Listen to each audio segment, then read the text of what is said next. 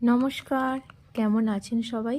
আশা করি সবাই ভালোই আছেন আর আমরাও ভালো আছি। তো এখন আমি সকাল সকাল চলে এসেছি ছাদে ফুল তুলতে। প্রচুর তো গাঁদা ফুল হয়েছে, তো এই গাঁদা ফুল তুলছি ঠাকুরকে মালা করে দেওয়ার জন্য। আজকে অনেক দিন পর, প্রায় 16 দিন পর আবার আমাদের ঠাকুরকে মালা গেঁথে দেওয়া হবে। আমাদের পাশের বাড়িতে একটা বাচ্চা হয়েছে, তার জন্য 16 দিন আমাদের জাতক ছিল। সেই কারণে আর মালা টালা গেঁথে ঠাকুরকে তো দেওয়া হয়নি। আজকে অনেক দিন পর ফুলগুলো তুলছি, মালা দেব। আর এখানে পাশ থেকে ফুল দেয়া হতো, কিন্তু ঠাকুরকে স্পর্শ করা হতো না। আজ এই সব কাজগুলো আমার শাশুড়ি মাই বেশিরভাগ করেন, ঠাকুরকে সেবা দেওয়ার কাজটা। তো আজকে উনি বাড়িতে নেই, তাই আমি করছি। অনেক দিন ধরে শুকনো ফুলগুলো সব ঠাকুরের গায়ে পড়েছিল। ঠাকুরকে স্পর্শ তো করা হয়নি এতদিন ধরে, তো ওই এতদিন পর সব এগুলো পরিষ্কার করতে হচ্ছে। ভালো করে পরিষ্কার করে, আর এইদিকে ঠাকুরের থালা বাসনও সব কিছু মেজে নিয়েছি সেবা দেওয়ার জন্য। আর এই যে ঠাকুরের গায়ে চাদর দেওয়া ছিল, সেটাও খুলে দিচ্ছি। এখন যেহেতু শীত পড়ে গেছে, প্রতিদিনই আমাদের ঠাকুরকে গায়েতে চাদর মুড়ি দিয়ে রাখা হয়। আর এগুলো সেই 15-16 দিন ধরে দেয়াই ছিল। আজকে অনেক দিন পরে এগুলোকে আবার খুলে রাখা হচ্ছে। প্রতিদিন সকালে খুলে দেয়া হয়, আবার রাত্রিবেলা দিয়ে দেওয়া হয়। তো এইসব ফুল টুল পরিষ্কার করে আমি এবার সেবা দেব। যেভাবে আমার শাশুড়ি মা আমাকে দেখিয়ে দিয়েছেন আমি সেভাবেই করছি। আমাদের একটা ছোট্ট শিবলিঙ্গ আছে, সেটাকে প্রথমে স্নান করিয়ে দিচ্ছি। ঠাকুরকে তো অনেক রকম নিয়মেই ডাকা যায়, আর অনেক রকমভাবেই সেবা দেয়। অনেক মণি ঋষিদের অনেক রকমের মত আছে এইসব নিয়ে।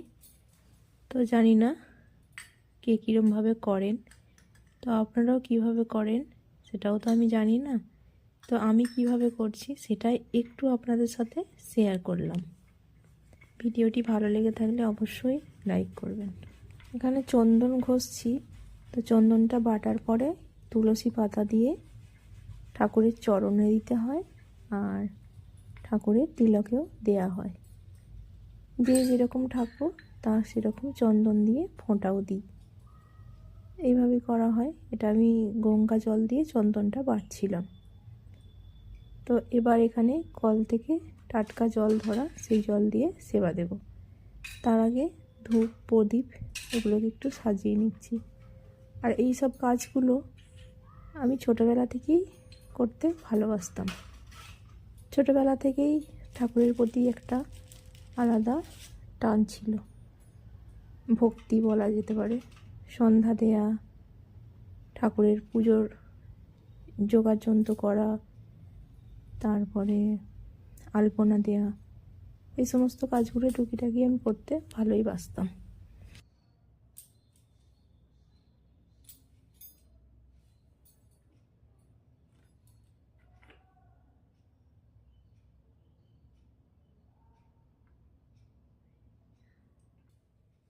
প্রদীপ টদীপ সাজিয়ে এবার এগুলোকে জেলে দিচ্ছি। সমস্তটা জোগাড় করে রেখে তারপর ফুলের মালাটা গাঁথবো। এরপরে ঠাকুরের থালাগুলোকে সাজিয়ে নেব। প্রত্যেকটি থালাতে একটি করে তুলসী পত্র দিতে হয়।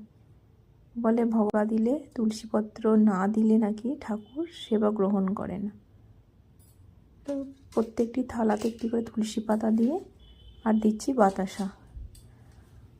আর আমাদের রোজ বাতাসা দিয়ে সেবা দেওয়া হয়, আর কখনো কখনো ফল দিয়ে সেবা দেওয়া হয়। বিশেষ করে একাদশীর দিনে তো ফলের সেবাটাই দেওয়া হয়। আর বাকি যে সমস্ত ঠাকুরের সেদিনে প্রসাদ রান্না করে সেটাও দিয়ে, আমার শাশুড়ি মা যেটা একাদশীটা করে, উনি যেটা খাওয়ার জন্য করে সেটা ঠাকুরকে দিয়ে সেই প্রসাদটাই খায়। যেটা সেদ্ধ হয় আর কি, পেঁপে কুমড়ো এইসব দিয়ে একটা যেটা রান্না করে, সেইটা ঠাকুরকে সেবা দিয়ে সেই সেবাটাই সারাদিন খায়। বলতে বলতে আমার ফুলের মালাটাও কিন্তু এখানে গাঁথা হয়ে গেছে। আমাদের যেহেতু একটা রাধাকৃষ্ণের মূর্তি আছে ছোট্ট, তো সেই রাধাকৃষ্ণের মূর্তিতেই মালাটা দেয়া হচ্ছে।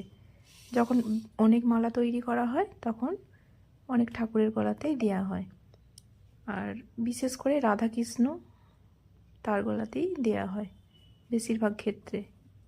রাধাকৃষ্ণ আছে, লক্ষ্মীনারায়ণ আছে, দাঁড়ান একটু পরে আপনাদের ভালো করে দেখাচ্ছি। আর এরপরে চন্দন আর তুলসী এগুলো ঠাকুরের চরণে আর তিলকে দেয়া হয়, সেগুলোকে এবার দিয়ে বাকিগুলো দেখাবো।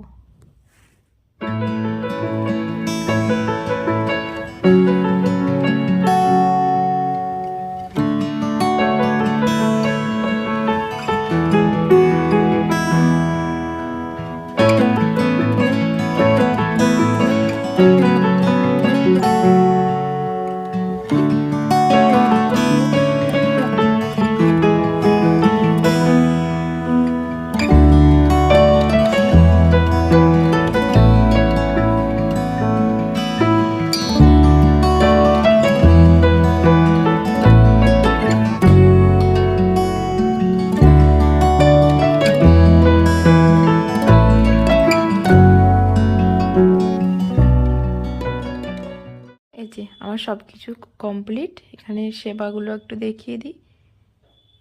তুলসী দেবীর ওইখানেও সেবা দিয়েছি, আর এই যে ফুল টুল দিয়ে সমস্ত কিছু ঠাকুরগুলোকে সাজিয়ে দিয়েছি। আর এইখানে একটা ছোট্ট টুলের ওপরে খাবারগুলোকে বসিয়ে দিয়েছি। এটা টুলটা নতুন, এটা ঠাকুরের সেবার কাজেই দেয়া হয়, এটাতে কখনো বসা হয়নি।